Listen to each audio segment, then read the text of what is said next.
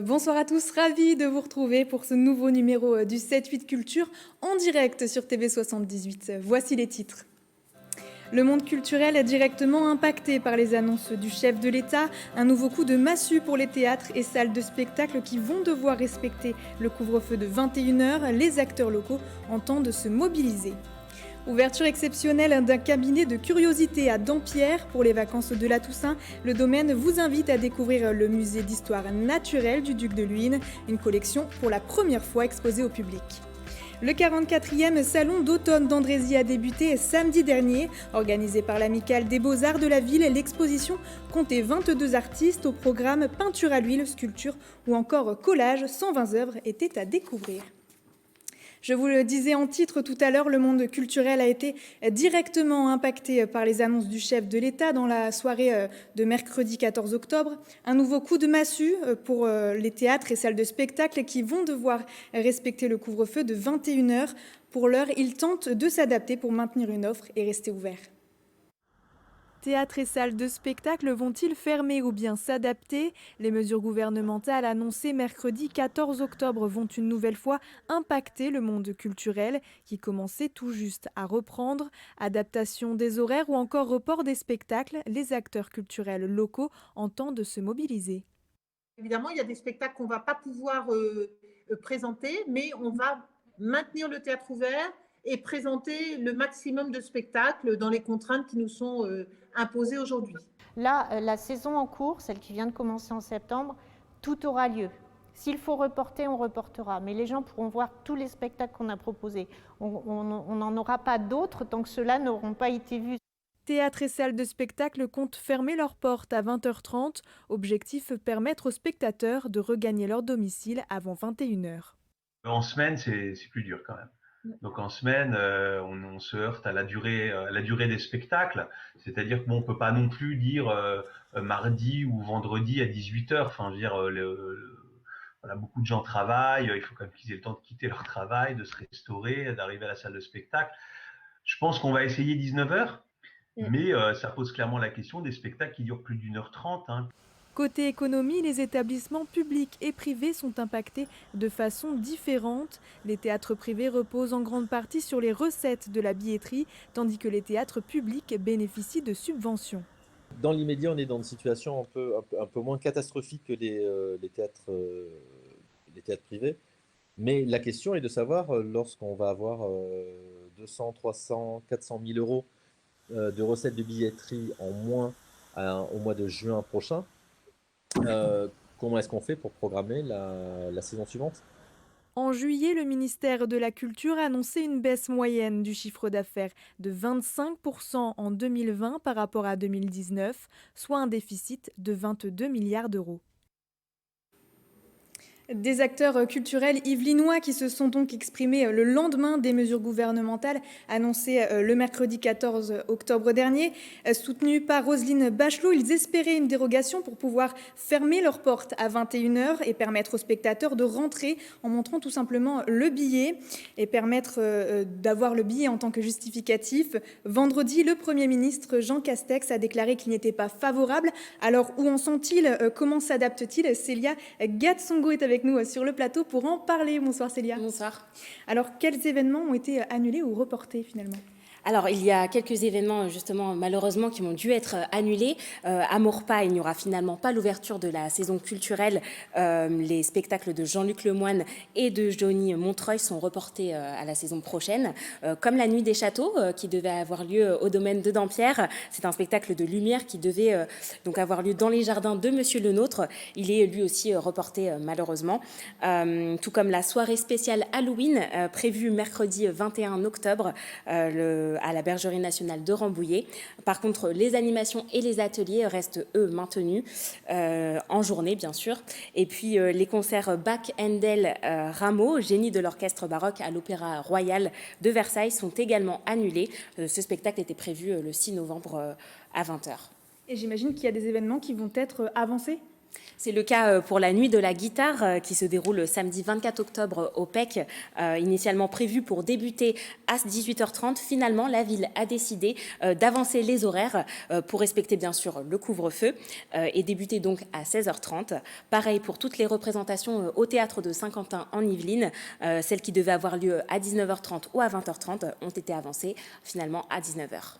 Et c'est un moment aussi compliqué pour les cabarets ? Oui, c'est un coup dur pour eux, sachant qu'ils doivent toujours s'adapter aux contraintes sanitaires. Alors le cabaret du bout des Prés a cerné la ville, a décidé de lancer une nouvelle formule pour ne pas céder à la fermeture de l'établissement.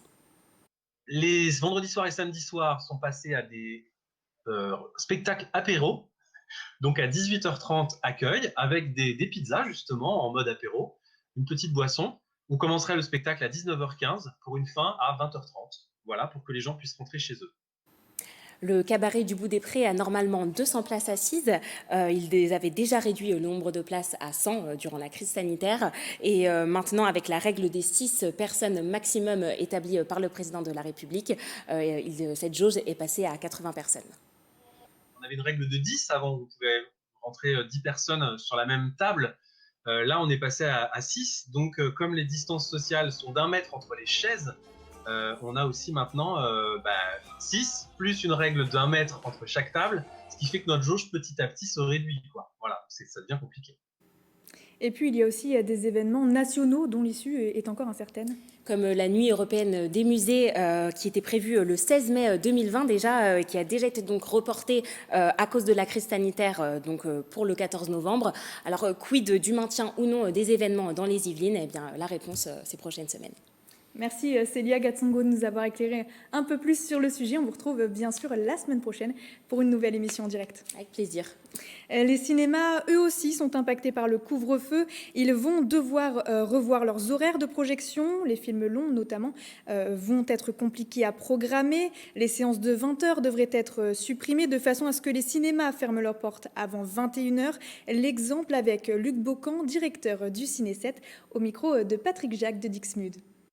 Mais je pense qu'on va décaler les séances effectivement plus tôt, c'est-à-dire on va peut-être organiser les dernières séances vers 18h30, 19h, de façon à ce qu'à 21h, les cinémas soient fermés. Il y a forcément une séance qui va sauter le week-end, puisque nous, on faisait des 18h le week-end, mais uniquement le week-end. Donc maintenant, je pense qu'on va en faire toute la semaine. Par contre, c'est les séances de 20h30, 20h45 qui vont sauter, puisqu'il est absolument impossible de les tenir dans les délais prescrits par le couvre-feu, quoi. Le 44e Salon d'automne d'Andrézy a débuté samedi 17 octobre. Organisé par l'Amicale des Beaux-Arts, l'exposition était visible à l'espace Julien Green.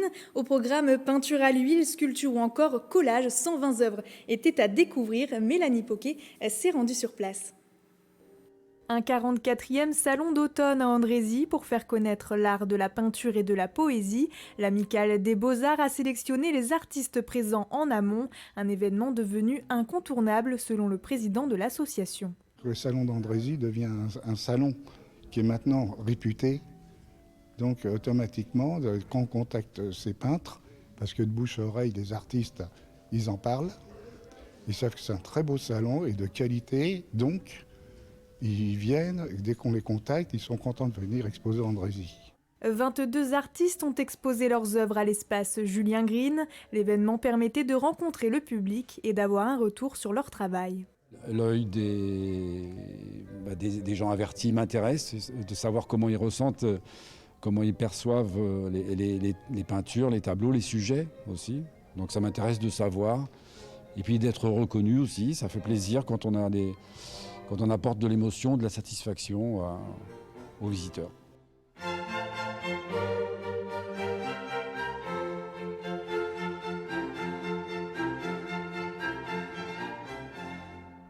Sur place, acrylique, peinture à l'huile, collage ou encore sculpture. Au total, 120 œuvres étaient à découvrir. Chaque artiste disposait de 5 grilles pour exprimer son univers. Ils ont un bel espace où les œuvres sont bien représentées. Normalement, dans les salons, il y a 1 ou 2 œuvres, alors que là, on laisse vraiment l'espace pour exprimer un travail. L'exposition devait être visible jusqu'au 25 octobre. En raison d'un arrêté préfectoral faisant suite aux nouvelles mesures sanitaires, l'événement a été écourté. Et plusieurs expositions ont été annulées suite à cet arrêté préfectoral datant du 17 octobre. Il interdit notamment les salles de fête et les salles polyvalentes d'accueillir du public dans le département des Yvelines. Et parmi les expositions quand même à venir et donc qui peuvent être maintenues, le château de Breteuil fait son cinéma, une collection de jouets Playmobil présentée par Dominique Béthune. Des mises en scène représentant des films seront proposées du samedi 24 au dimanche 25 octobre de 10h à 18h. Et puis à Versailles, la Galerie Moderna accueille l'exposition L'âme des objets. Elle sera visible jusqu'au lundi 2 novembre. 14 exposants présenteront des photos réalisé dans le cadre d'ateliers à l'université Interage. Et si vous aimez la paléontologie, l'archéologie ou encore la zoologie, pendant les vacances scolaires, le domaine de Dampierre en Yvelines ouvre exceptionnellement son cabinet de curiosités, une sorte de petit musée d'histoire naturelle, une collection pour la première fois exposée au public, un reportage de Célia Gatsongo et Eva Champenois. Une partie d'une mâchoire d'une baleine ou une statue représentant le mythe d'Andromède, cette petite salle fourmille de collections d'archéologie, de botanique, d'anatomie et de préhistoire. On a dans cette vitrine et celle-ci les collections de préhistoire et d'archéologie. On a ici les collections de paléontologie. Des pièces rares inédites jamais présentées au public, elles appartenaient à la famille de Luynes, propriétaire pendant plus de 3 siècles du château de Dampierre.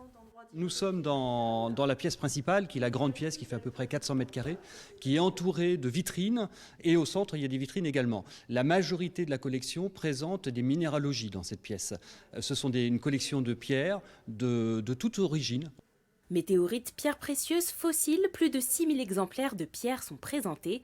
Dans cette salle également, une collection de zoologie. On a des petits mammifères, on a une belle collection ornithologique. Reptiles, poissons et aussi animaux sauvages viennent compléter ces collections. Les visites guidées se font sur réservation, maximum 5 personnes par visite pour respecter les consignes sanitaires. C'est vraiment un endroit d'une grande richesse. Donc toutes les pièces sont vraiment mises en valeur. On apprend vraiment sur la recherche scientifique au 19e et même avant. La collection de pierres, de minéraux est vraiment extraordinaire. J'imaginais pas qu'il y avait autant de choses différentes dans le monde. Ce cabinet de curiosité est seulement ouvert pendant les vacances de la Toussaint, une période propice pour inviter les familles. La présentation exceptionnelle que nous avons aujourd'hui, elle se fait évidemment par les vacances de la Toussaint, puisqu'on recherche un peu le mystérieux, et donc là on est en plein dedans. Et puis aussi elle correspond à la fin des travaux qui ont été réalisés par le propriétaire pour sécuriser cet espace. Cette aile du château nommée aile d'Astrée était en train de s'effondrer. Il fallait donc la sécuriser pour sauver la collection. Le billet d'entrée pour un adulte est de 20 €. C'est la fin de ce 7-8 Culture. Merci de nous avoir suivis. On se retrouve mardi pour un nouveau numéro en direct. Et d'ici là, portez-vous bien.